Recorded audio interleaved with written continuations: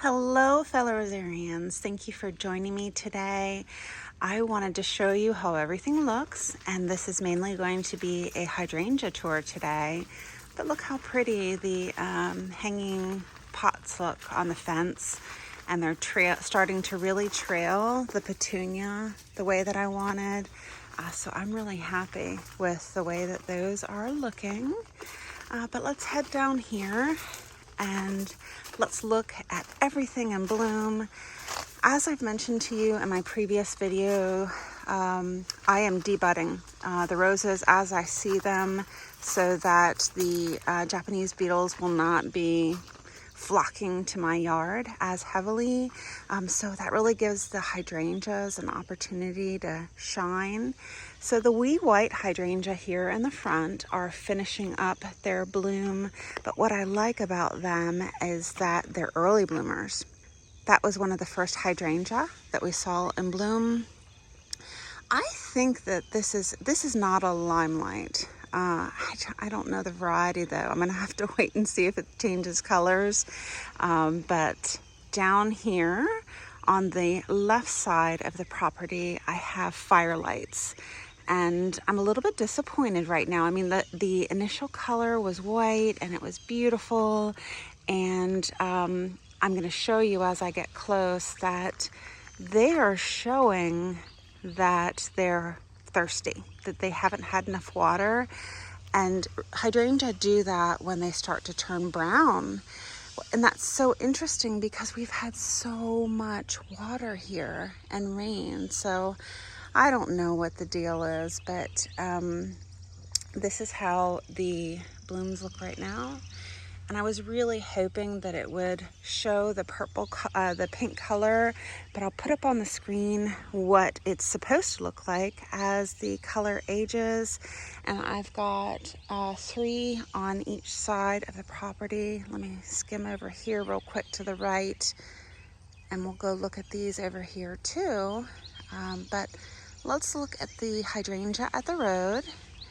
And these are Limelights, the originals, and they'll grow about 8 foot by 8 foot, and it just has a beautiful green color, which I really, really love.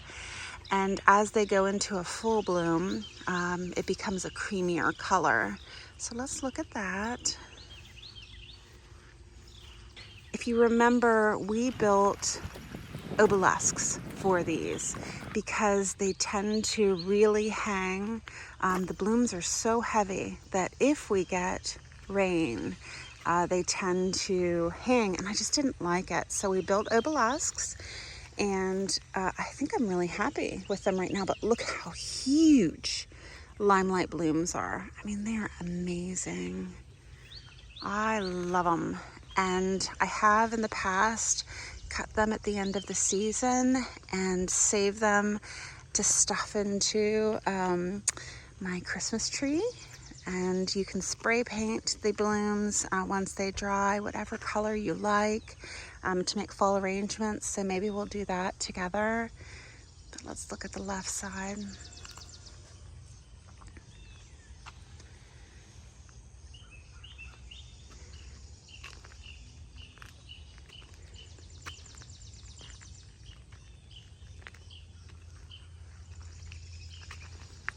When we first put these in, I just wanted privacy at the road. I felt like my house kind of was, I don't know, wide open, and I was just looking to, shield the view a little bit. And so I do get that privacy for the property while these are in bloom. And so they'll go until about October-ish before they start to lose their leaves for the winter. They are deciduous, which means that they don't hold on to their leaves. And then that's when I go ahead and dry them. And then during the winter, you've got the obelisks that just add structure to the garden, some interest during the winter. All right, so let's see which other hydrangeas are in bloom. And so you can see that I'm leaving some of my reds roses to bloom because for us, the Japanese beetles really ignore them mainly until they get really hungry. So I get to enjoy my reds, and I just try to make sure that my lighter colors I am taking care of. I've got some allium there in bloom.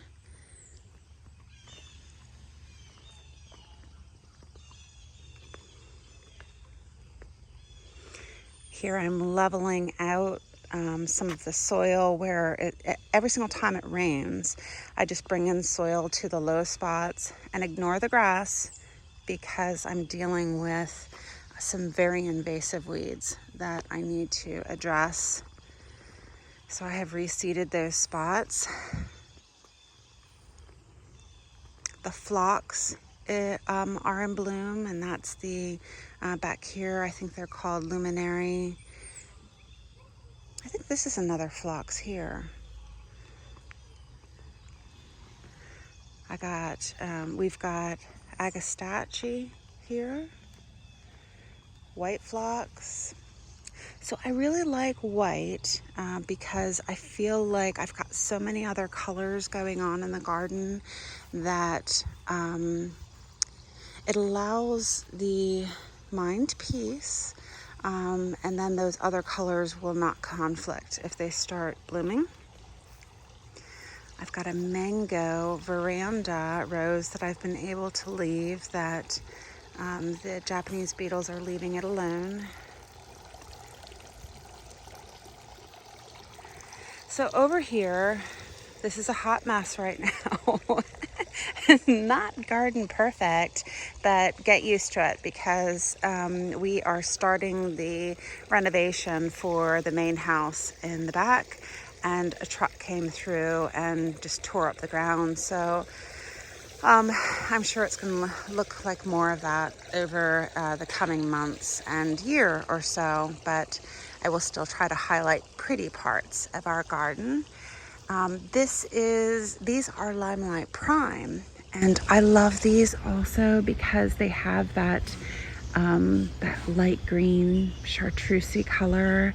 And this garden here is going to be moving because of the renovations, so I have kind of let the weeds go on that, so ignore that. But these are these are little limes. If we look over at this side, these are Limelight Primes. And Limelight Primes are going to be the same color initially as the Limelights at the road, but they will fade to a beautiful rose color, hopefully, fingers crossed.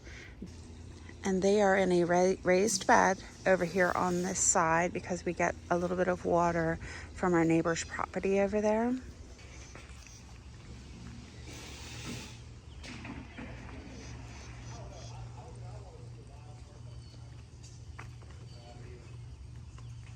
Daylilies over here finishing up a bloom. They've been so pretty. And if we look over at this side, this is one of my favorite views. This is a hedge of limelight.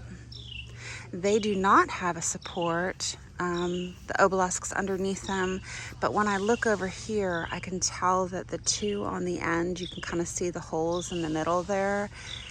They could really use some support, but hopefully they will get stronger as they age.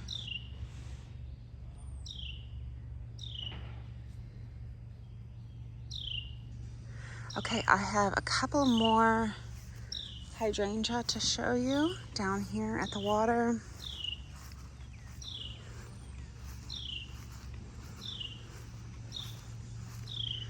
I can see over here at Ken's garden that he has some phlox in bloom. Have you guys ever seen sea holly? Let me show that to you. I saw sea holly when I was in England and I really liked it. It's very prickly, so that will not be for everybody, but I like the blue color. So I do have hydrangea in here, and I'm actually not sure what the variety is, and it's probably going to become way too big for that area, and it will have to move. And then I have another back here.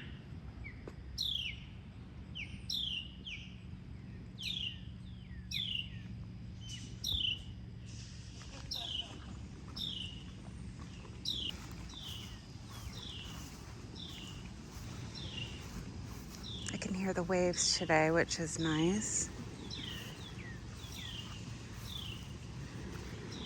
So this is the other hydrangea that I wanted to share with you. This is a standard, and my only complaint is the height on it. I would love to have something that is taller and reached that 8 foot. This right here is about my height, 5 to 6 foot, and it's pretty.